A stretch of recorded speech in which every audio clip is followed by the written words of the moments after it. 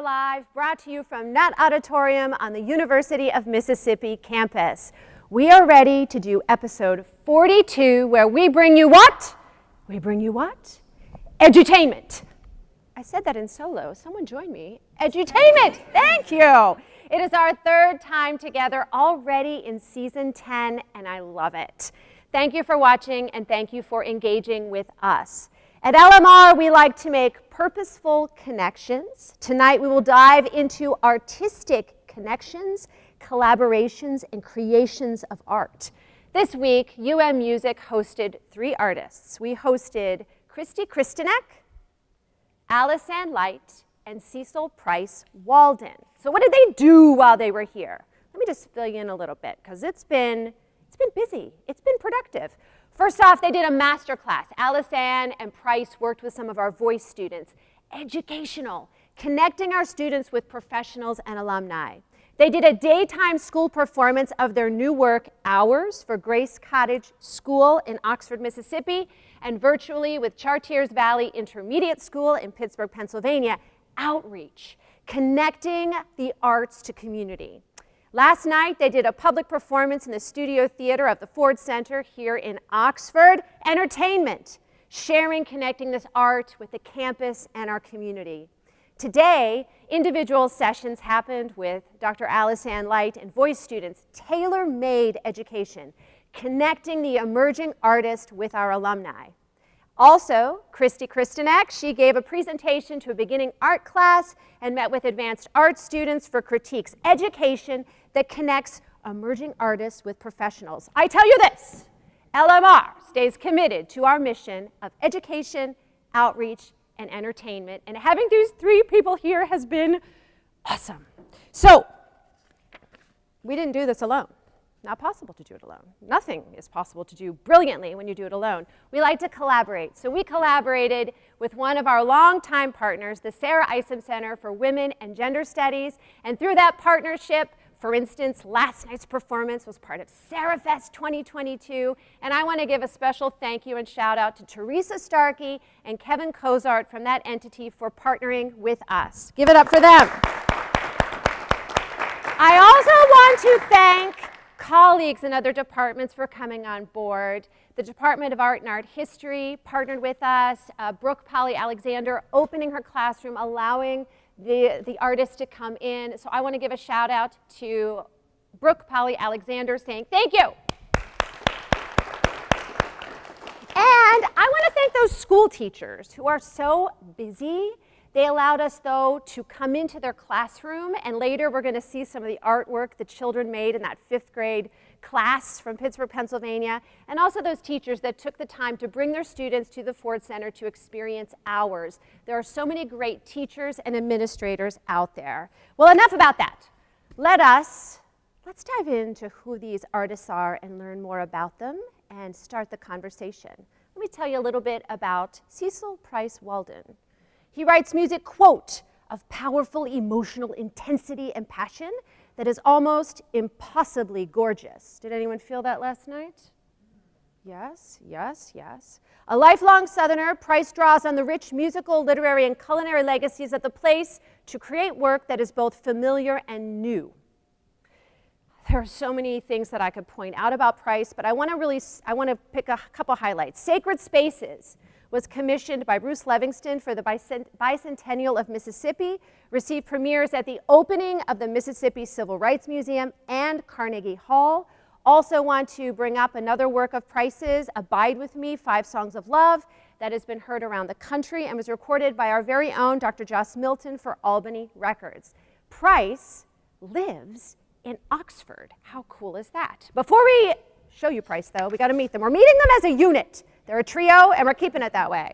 Praised by Opera Today for her sumptuous mezzo, beautifully even tone, a very wide range, and a sound technique is mezzo Alice-Ann Light. Do we agree? We agree! Alice-Ann possesses a versatile and colorful voice that has led her to success in a variety of repertoire. An avid recitalist and champion of new American art song, Dr. Light frequently partners with American composers like our own Price Walden. She has won many, many awards For instance, Light received the American Prize Honorable Mention in the category of Women in Art Song. And the 2020, she was a finalist for the Ernst Bacon American Prize for Performance of American Music. In 2022, she was named a semifinalist. She holds degrees from Harding, the University of Mississippi, and the University of Missouri, Kansas City. She currently serves on the faculty at Texas Tech University.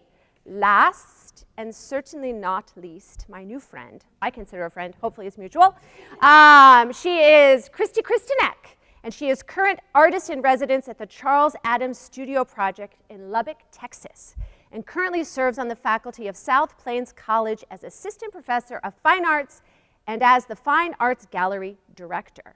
Very cool. Her personal training as a dancer contributes to her art through experiences of discipline, practice, balance, and relaxed, fluid faculty of control. She received her BFA and MFA from Texas Tech University and currently lives in Lubbock with her husband Scott and son Luke. Let's give a very warm welcome to these three awesome artists. I have to come around. I'm avoiding the rug. All right, I'm giving you hugs.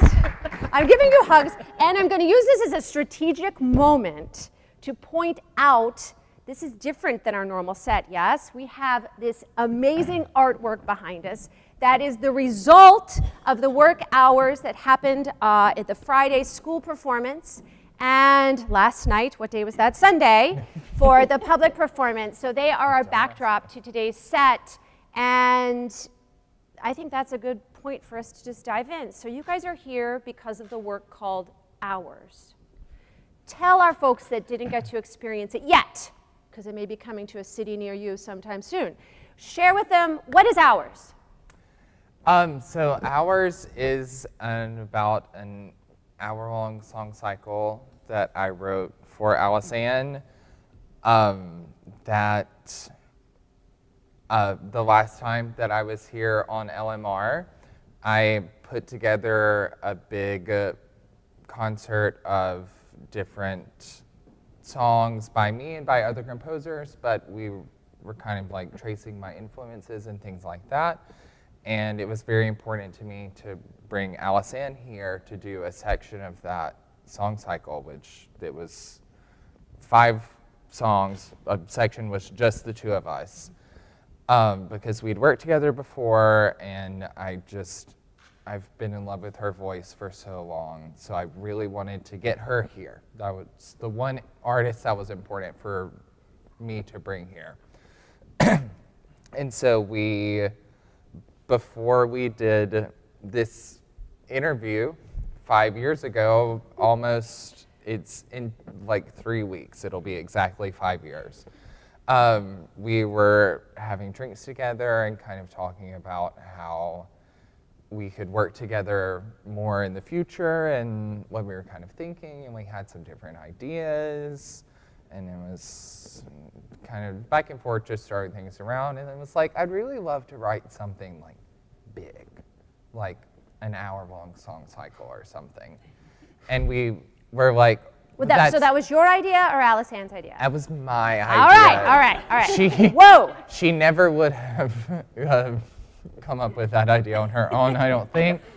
But I knew that's like a far-off dream, because writing big song cycles, it takes a lot out of people, it takes a lot of money, and things like that. So I was just like, I feel like maybe like 8 years from now or something, we'll be in a place where we can do something like that.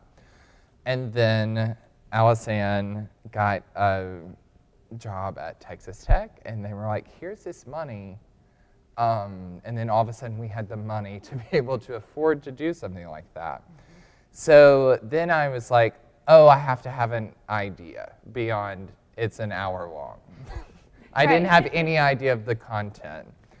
And so then we went through various versions of what that could possibly look like or be what would go. And then there was lawyers and permissions agents and all kinds of things involved, but we eventually settled on this concept about God and despair and a dark night of the soul because my idea was we needed something big enough to sing about for an hour. I mean, it had to be daunting. I mean, I can only imagine, as the composer, knowing you are going to be creating something that is that long, like, how am I going to keep people enraptured? I mean, really, the singer's the easy part, because truth be told, you know, you give us some music, we're like, put me on the stage. Not to speak for you, Allison, nope, right. but I mean, that had to be daunting to think how. It was absolutely terrifying, because at this point as a composer, I do feel like I've found my voice, but do you want to listen to somebody talk for an hour? That's yes, no, I'm kidding. like, is this class or something like that? So I really was, even in the planning of this, absolutely, and I came up with the idea, but still I was terrified the whole time. And then the more we talked, the more we found a way. And the original idea was, this was originally going to premiere in 2020, and then It didn't. and then everything went fine, and nothing was wrong, and everything was fine. I don't know what you're referencing about 2020. Yeah. I'm curious about something. So the text is so key in the work, the poetry. So how did you decide upon those texts? And you alluded to something a second ago, you know, legal, because it depends what you can get rights to, what's in public domain. But talk to me about that. How involved were you, Allison, in the selection of the poetry? How much did that steer the ship for you as the composer? That was arguably the hardest part, was figuring out. So if you didn't see the piece last night, it's 16 movements, 14 of which are text settings. And the original document that I compiled for the piece was about 45 poems. It was just pages and pages and pages long, because at that point we were throwing spaghetti at the wall. One of which was an entire book of Job. It was basically, it was an entire chapter of Job that I was like, can we figure this out? Something like that. But then, just to get into the nitty-gritty of it all, when you're setting poems that are not in the public domain, you have to track down who owns the publishing rights. And they're not only publishing, you have to have the rights to set the poem to music. You then have to have separate rights to perform that setting. And then, as we're now looking forward to recording, we have to now go through a separate process that is getting the rights to record the setting that you've already performed. And there were several heartbreakers in there that I was really dependent on when I was thinking about the architecture of the cycle that we just could not get the rights to. But maybe it was a blessing, because it trimmed it down a little bit. We figured it out finally, and luckily the right poems found us at the right time. And now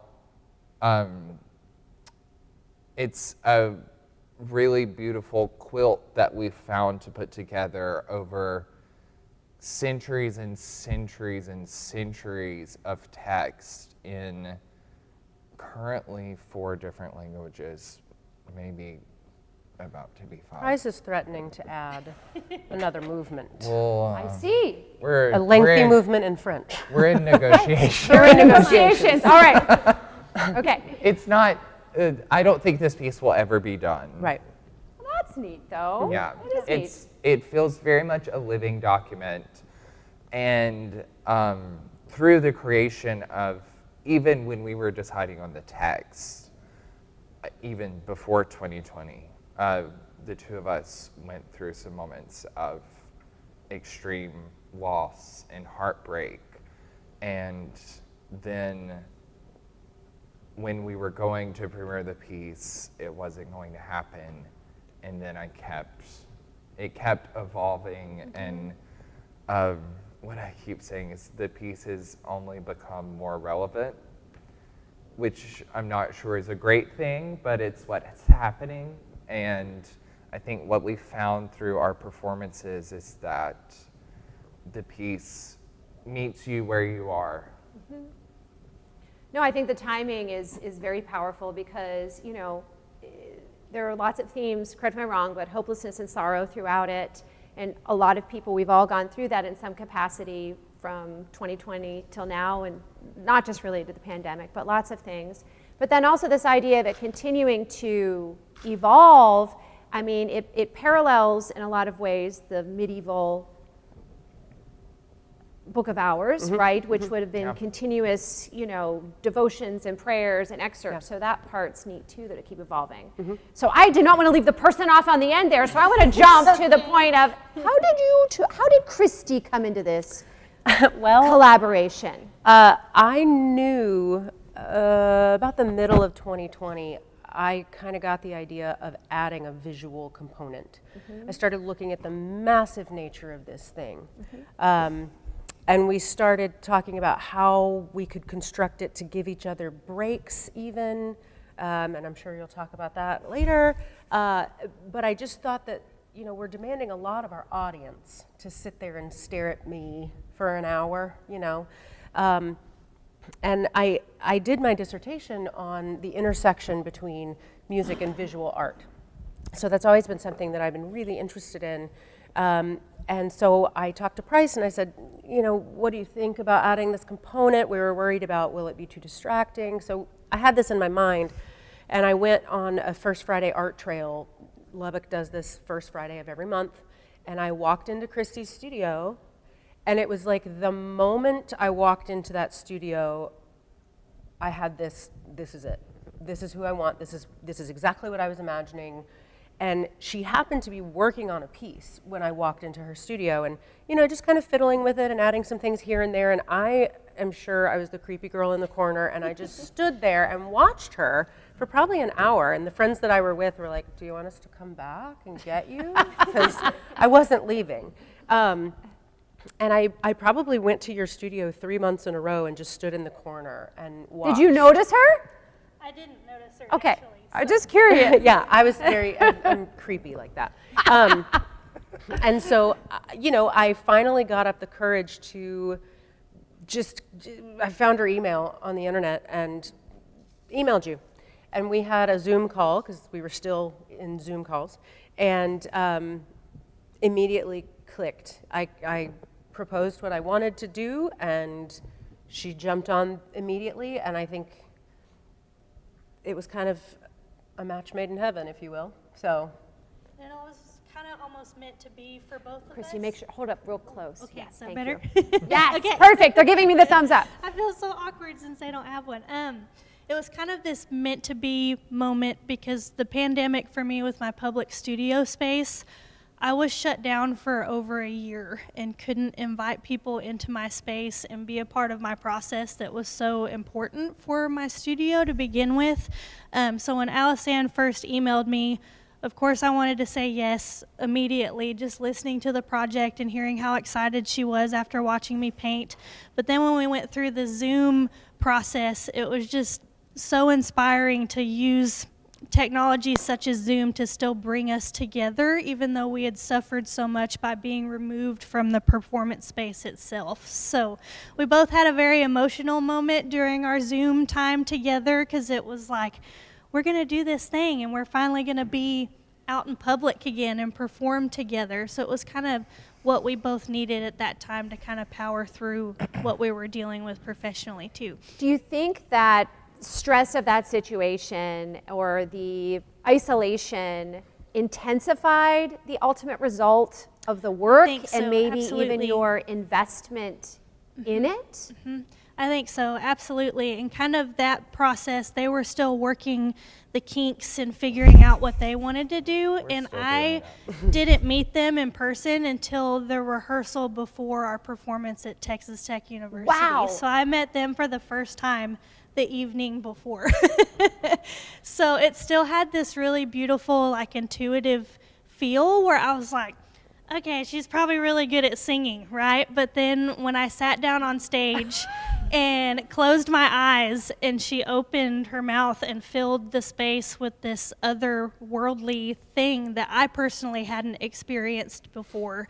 And for me to be the one to provide that visual for them, I just felt so honored and full to be able to do that. So it was a very moving experience for me as well to be able to do that for the first time when they rehearsed it at Texas Tech. It was almost an out-of-body experience. Wow. So I'm curious about so many things. So did you know any of the text that was going to be? Yes, Okay. Alice Ann had emailed them to me, so you I had the looked over text. that, but I was like, I have no idea what this is gonna be. Like, I hope I don't screw this up, and I hope I can be, I can be that element. You don't want to be the one and done. Yeah, Like, exactly. It's like I'm gonna show up and do a thing, but I think by having that extra level of intuitiveness made our performance that much more powerful when we revealed it for the very first time, where it was almost an out-of-body experience for all three of us to be able to do that. I want to point a couple of things out, and I want to say this is for the students, but it's really even for me to take mental note in my own life. I'm just taking a few observations from these three awesome people of, you, Alice Ann, being open to the experience you're entering. I think nowadays, it takes a vulnerability that maybe can be foreign to some of us to go somewhere unknown, to allow ourselves to take in the art or the experience of where we are. And the fact that you allowed yourself to have that vulnerability and then connect, I mean, you could have been brutally rejected. I mean, it really, but you allowed yourself you put yourself out there to possibly create this collaboration, and then you end up with this amazing result.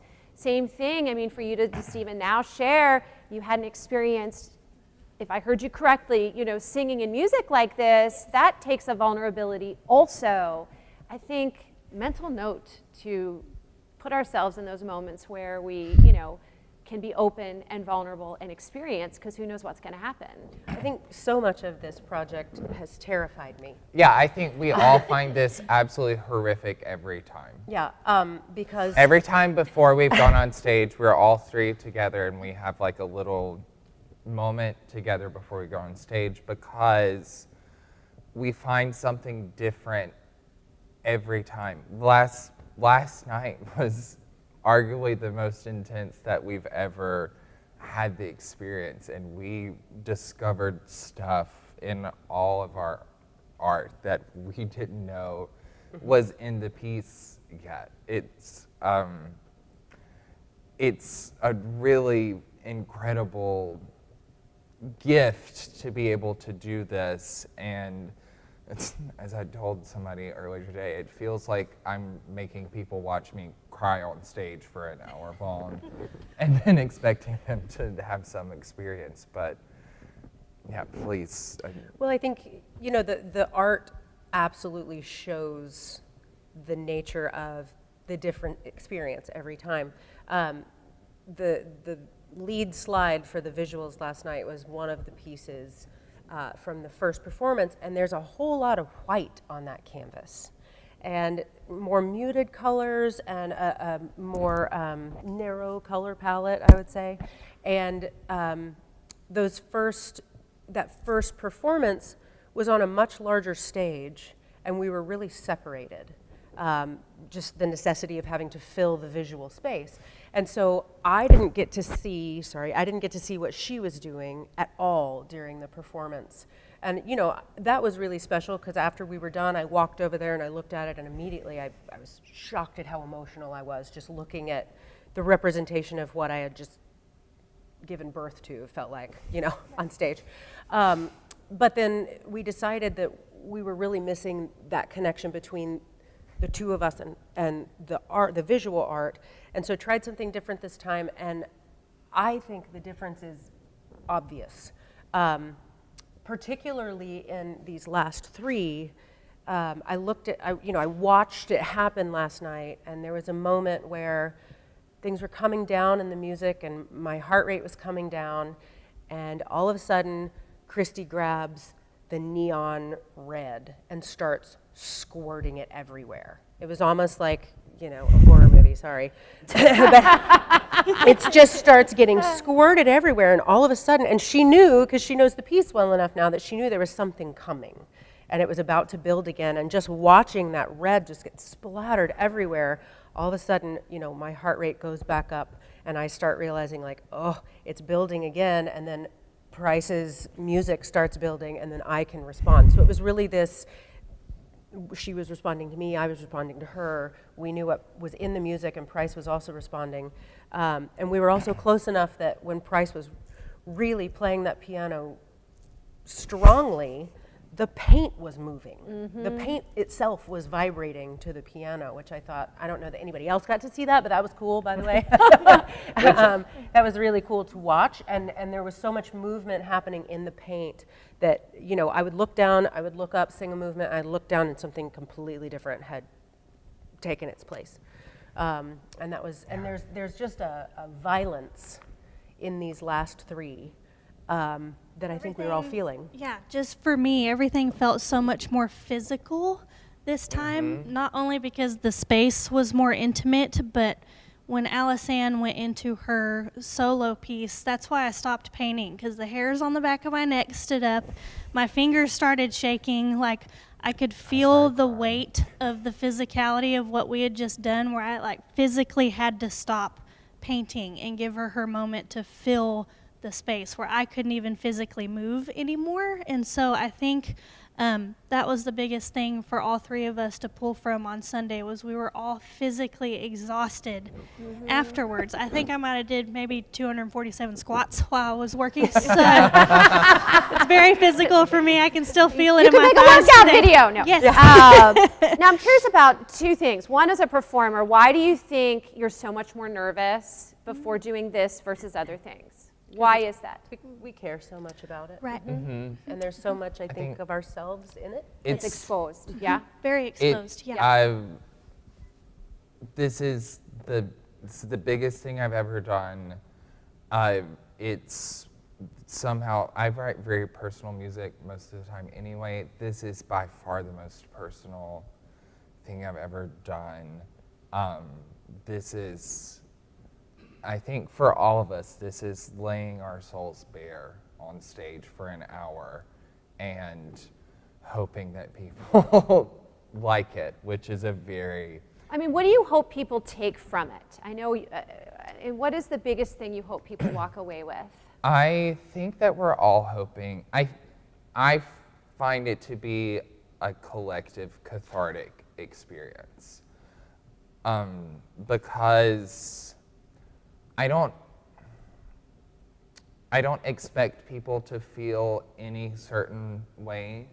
The piece goes through so many different emotions that there's a lot of different ways to feel by the time we're done with the hour.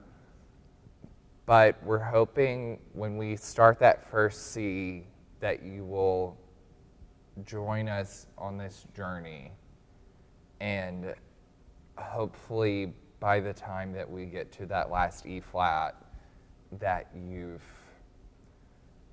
felt something, whether that's physical, emotional, visual, whatever, and that you've thought differently about something, or you've been able to exercise something that had been hanging on you. I find it to be kind of like group therapy at this point. And it's kind of funny, but that's how it feels, at least for the three of us. We're going through group therapy, just the three of us, every time, even when we what I interpret that to mean, and I said this at the intro last night, I hope it wasn't too bold, but for me with the experience, it just involves the audience so much. I mean, especially the space we did it in last night, I was just an audience member, they did it.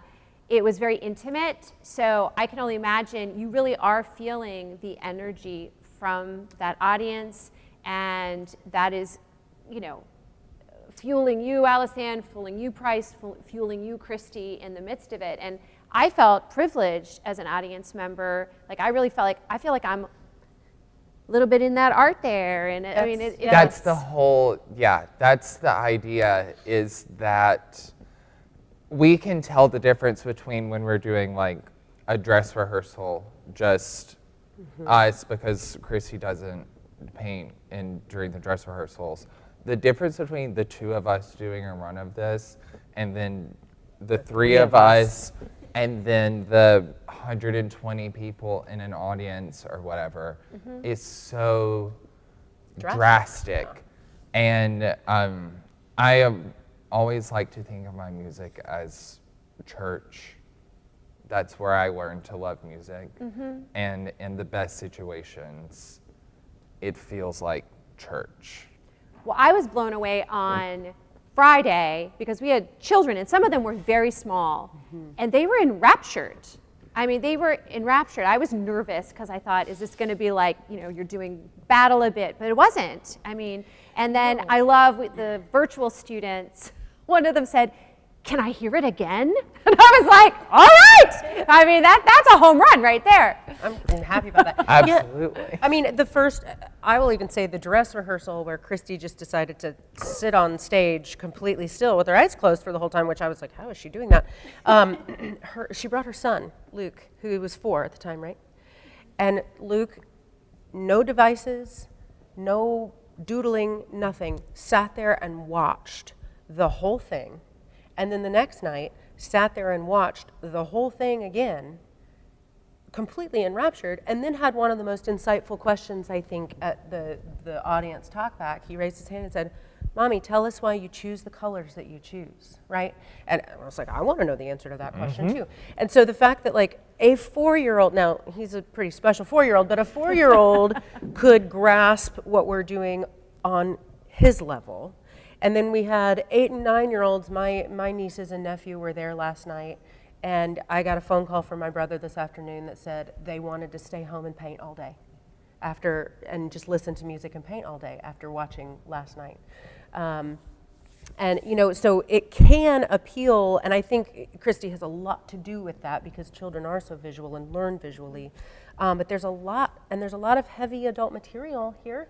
But they can engage with it, and then I think it transcends age, I think it transcends politics, it transcends religion was our goal. Right. We tried to make it as universal as possible because it was supposed to be a representation of the human experience. So. Well, I think Kristy does do a great job with that and in pulling folks in. I also think your interpretation and delivery of it is very, the words coming to mind is simple, and I don't mean that. It's very. No, that's what I'm going for. I'm glad you used that word. It's simple and it's sincere. So, and I was watching folks a lot in the audience at both performances, and I think the way you approach it, in my opinion, invites folks to take it however they may choose. And it's not so like. My artistic philosophy is, my job as the singer is to make you feel something. I don't get to control what that something is, and as a control freak, that's a little unnerving. What's it like to be a control freak? I don't know anything about it. I'm kidding. We got a lot of type A's on this stage. But I don't get to dictate that to you. Then that I think is our job as artists, is to evoke something, right? And as long as I make them feel something, even if they hate it, that means I've done my job because they felt something and have an opinion about it. Right. I think the worst outcome for this would be somebody sits there and is bored out of their mind and leave and go, I don't know what just happened. That I don't want. Right. But I think I try to be as honest with my interpretation as possible, and I don't think I would have been able to perform this piece 10 years ago. You know, a lot has happened between, you know, my mid-20s and now my late 30s that I think have influenced the way that I read these texts and the way that I deliver the texts. And I also don't think it would be these texts alone would be as powerful without the other two. And I think we need to state it for folks who haven't seen it. Allison sings memorized in 4 languages for 57 approximate minutes. I mean, never breaking focus for a second. There's no downtime. It is on the entire time, which is super impressive. And I have a lovely gift in the middle of a completely a cappella section that is slow and uses nearly my entire range and is the scariest thing I've ever done. Yeah. So thank you for that. You're welcome. Well, so to explain and defend myself on this point, so the idea when we started is an hour long and it doesn't stop. So there are no breaks because, and I love singers very much, but one of my least favorite things when I'm in a song recital is when singers do the I understand why, I understand the need for it, but I'm totally just out of it. But I have to ask, then how do you process the release of condensation with the instrumentalist? Thank you. I don't love that either. All right, just as long as it's across the board. Yeah. Exactly. I'm a pianist and I can just play forever.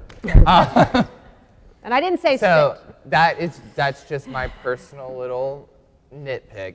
And I'm so with you, by the way. none of my song cycles that I've written, they don't stop, basically, any of them. Because I write fairly, at least to me, narrative things. There's a through line from start to finish. And so I'm not going to give anybody any downtime. But part of that is a singer does need breaks. Yeah. And so we'll build in those breaks. I think Allison can attest to this. Thank you. Well, and you have 2 moments Yes. that are very so the focused. idea was if it's an hour long and it doesn't stop, she needs breaks, I need a break. So it's in 3 big sections. There's 2 big piano interludes. Kristy has to paint the entire time. She doesn't get a break. So there's 2 No breaks for you. Squat. There's No. 2 piano interludes that are improvised between the 2 sections, which has actually been a gift because they've been very different every time depending on how we've done things. I kind of specifically wanted to include a little room to breathe in those moments, just to give her a break practically, but also that's what the piece needs at those times. But then right directly in the middle is an a cappella movement. Part of that reason is I need a break from playing the piano for an hour straight.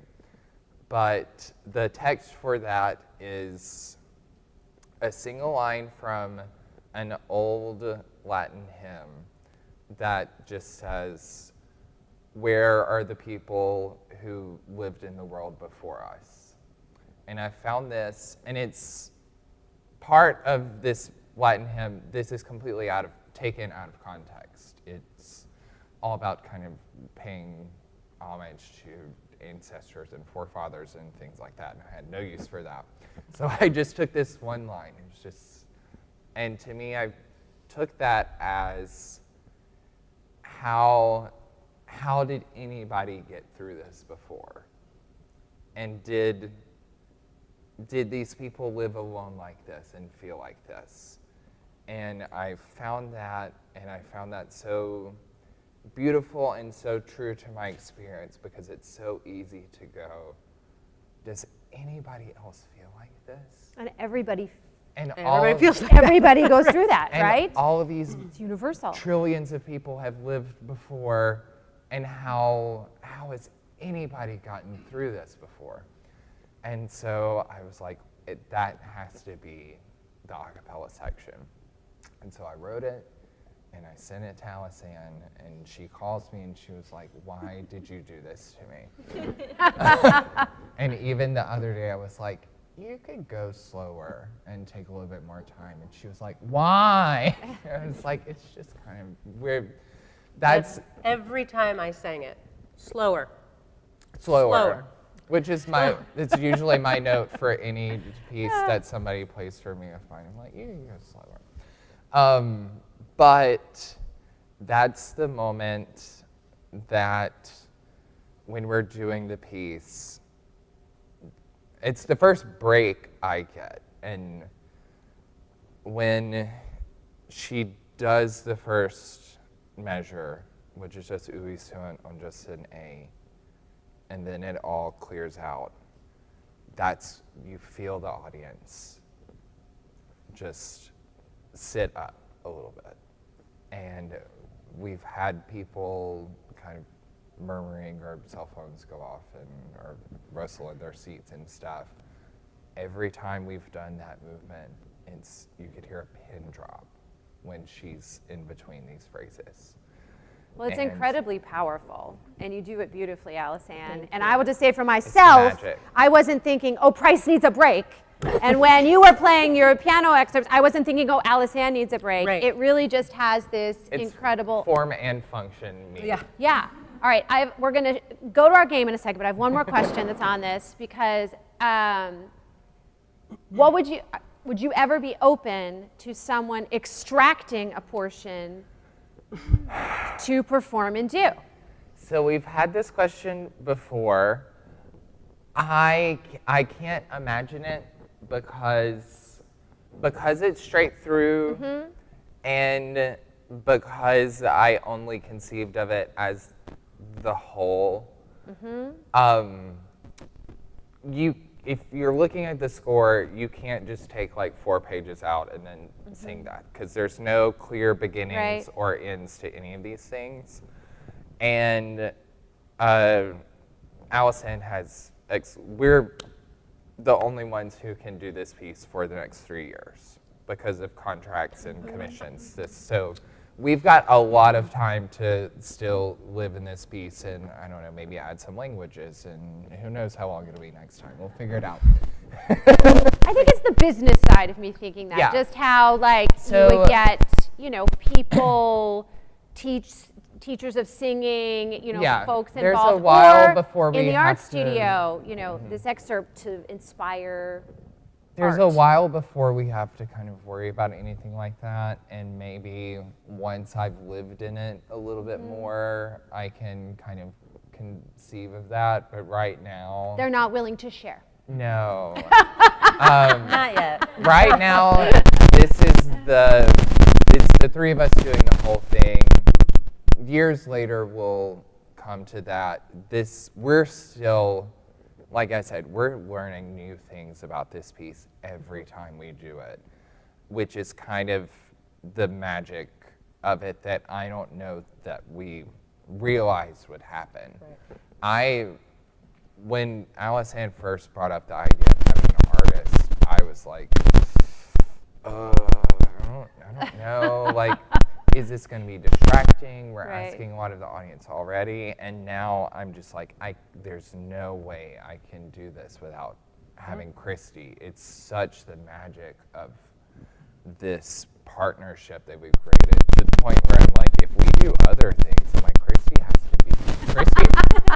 has to paint for all of my performances. now. I love it. All day about Yeah. It's mine now. I love it. I just hope you guys get to, one of the main reasons I wanted to have it here is I really hope you get to take it so many other places, because it is so special, and this fact that it's ever growing and changing, and the fact that it incorporates the audience so much. I mean, how great. And I definitely do want the piece to live on beyond this, but I have a firm grasp on pieces at first, and then eventually we send them out in a little ship in a bottle into the world, and hope that other people will have them. But not yet. It's still. I respect that. It's still in my clutches. Yeah, no, I totally respect that, and I think there's so much value in you guys being able to share this in this way. It's so very special. All right, we're going to ask you guys to get out of your comfort zone a little bit. So what we're asking them to do is swap it. They are going to shift from being musician to visual artist and visual artist to musician. More to be described in a moment, but let's go to our game video.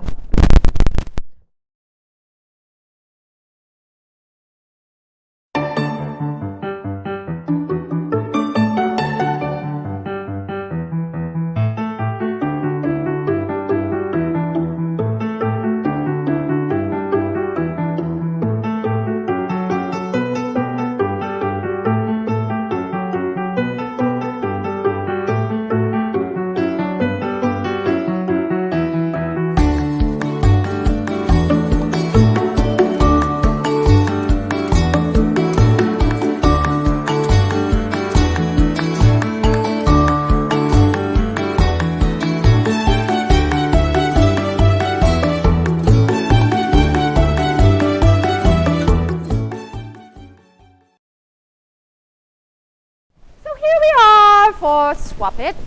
And what is going to happen is, I shared with you already that we had a 5th grade class that was virtually watching ours.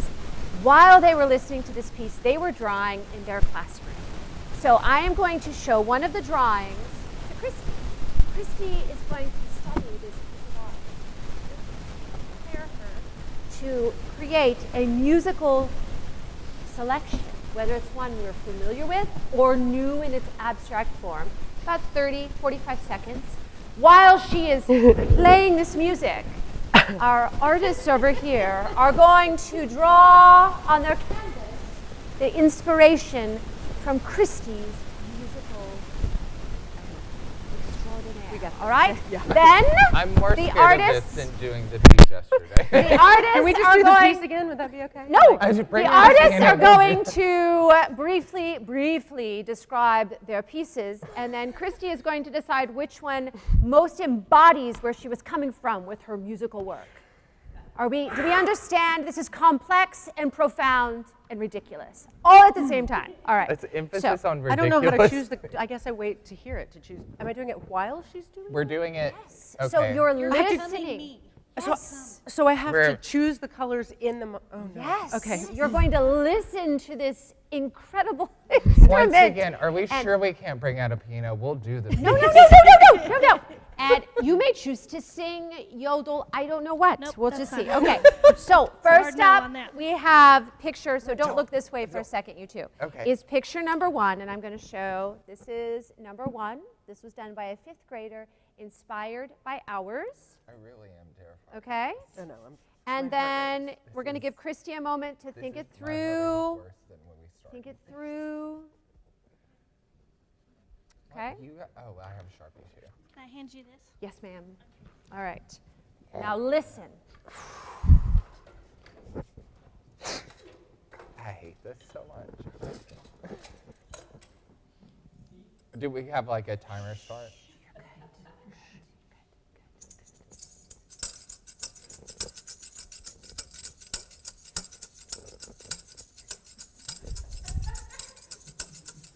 No, this isn't what I want. There's no time.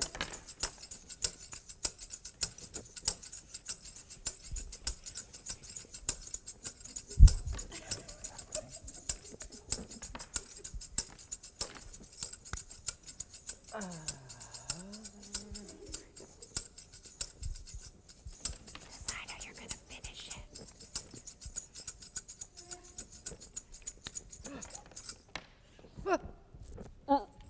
Very lovely. Let's give it up for Kristy's percussive work with our children instruments. All right. Out of a job. So if you need a moment longer just to take that in.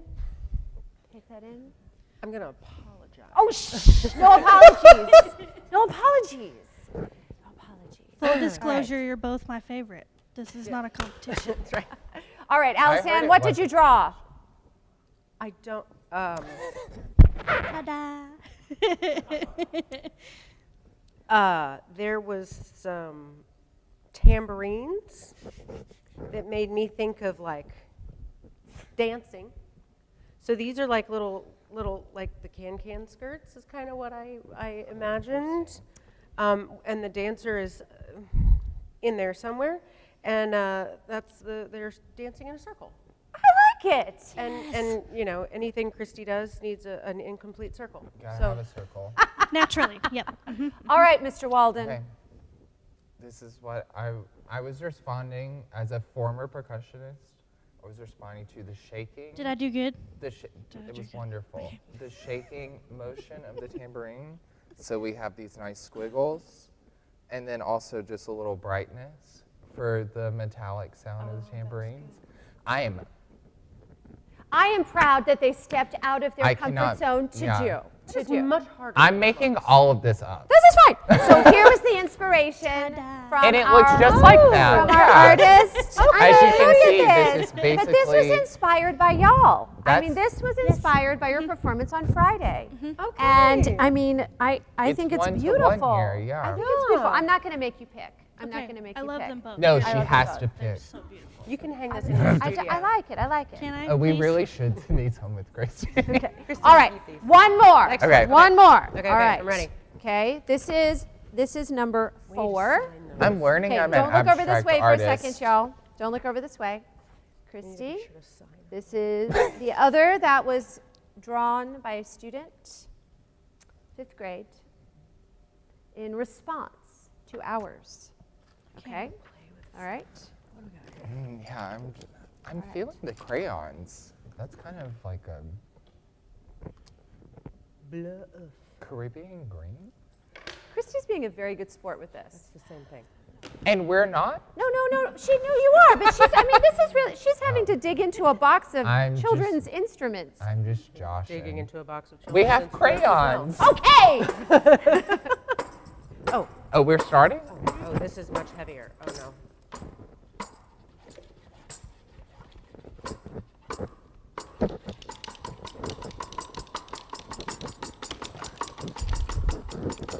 There's not enough time.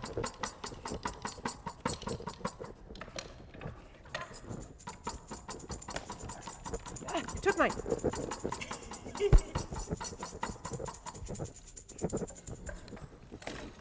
I need a different color.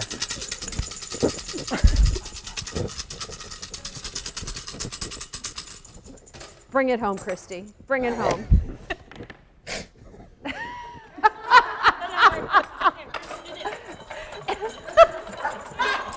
Okay, The okay. end. Wait. I need a few more minutes to finish Yeah. it. Very nice, Kristy. I like the incorporation of the entire box. I know, I'm really trying to capture that now. This is really, liked it. yeah, we're going for it. Okay, they're digging deeper Right. this time, I do declare. The inhibitions are coming down. I feel like I can do Not this really. now. I'm feeling empowered. Now you feel like you can do it? Okay. All right. Okay. Price, The would you final. share with us first this time? I will. please? So as you can see by the dots, I was feeling the very percussive elements that we were getting from the tambourine this time. And then also, I'm not a talented visual artist, so I drew a bunch of lines in different colors. I would pay good money for that piece. Well, you can. Let's talk after the show. We'll trade. Let's make a trade. Trade. It's 1-to-1 over here. Ah, all right, Allison. Okay, I'm actually really proud of this one. There was much more Oh. heaviness at the beginning, Yeah. so it was like heavier sounds. So I just did it like a wash of color, of dark color. yeah. And then there was like some moments where I thought it might be stars, but it was still pretty dark. And then we had some like, really interesting like bright sounds. And then she that. incorporated the whole box. So I grabbed as many colors as I possibly could and just threw them on there. Thank you Ta-da. very much. I want to share our piece. They were listening, I do They declare. were. They were really Look how listening perfect. because look how it ties. I mean, these two pieces are so different from these children who were listening at the same moment, I taking love in the same that. thing. And here we go. Here we go. And I know this is silly, and I don't mean this to diminish the expertise that comes to what you do as musicians or vice versa as artists, but I will say we often expect children to just create and do, and they may not see themselves as a musician or may not see themselves as a poet or visual artist, but we want them to do it. I think there's great power when they see grown-ups, adults, giving it a try. So thank you very much for doing that. I appreciate it. Let's give them a round of applause. No winners, just doers. No winners, just doers. Well, I can't believe it. They're telling me I'm like, we're getting to the end here. This is cuckoo bananas. Wrap it up is what it says. It's gone so no. fast. Oh my God. Oh my Lightning God. round. Oh my God. Let's go. So I want to thank some folks. I want to thank some folks for making this possible. Again, I want to thank the Sarah Isom Center for Women and Gender Studies for partnering with the Living Music Resource. I want to thank the University of Mississippi for the support with this endeavor. I want to thank our Secret Salon Society, our giving group. If you'd like to join, please reach out to Brady Bramlett or myself. I would like to thank Brady Bramlett, Jovania Coleman, Jordan Presley, and Olivia Huey for working on the show today. We have been with you pretty much 3 weeks in a row. We're going to take a little hiatus, but we'll be back on November 7th, and we're keeping with this art theme. We are bringing to campus Valerie George, and she will be working with a cohort of students who will be mixing together music and art, soundscapes, all sorts of things. So on November 7th, we have an LMR Live at 1 p.m. if you have the opportunity to experience Price Walden's music, I strongly encourage you to do so. He has lots of great pieces.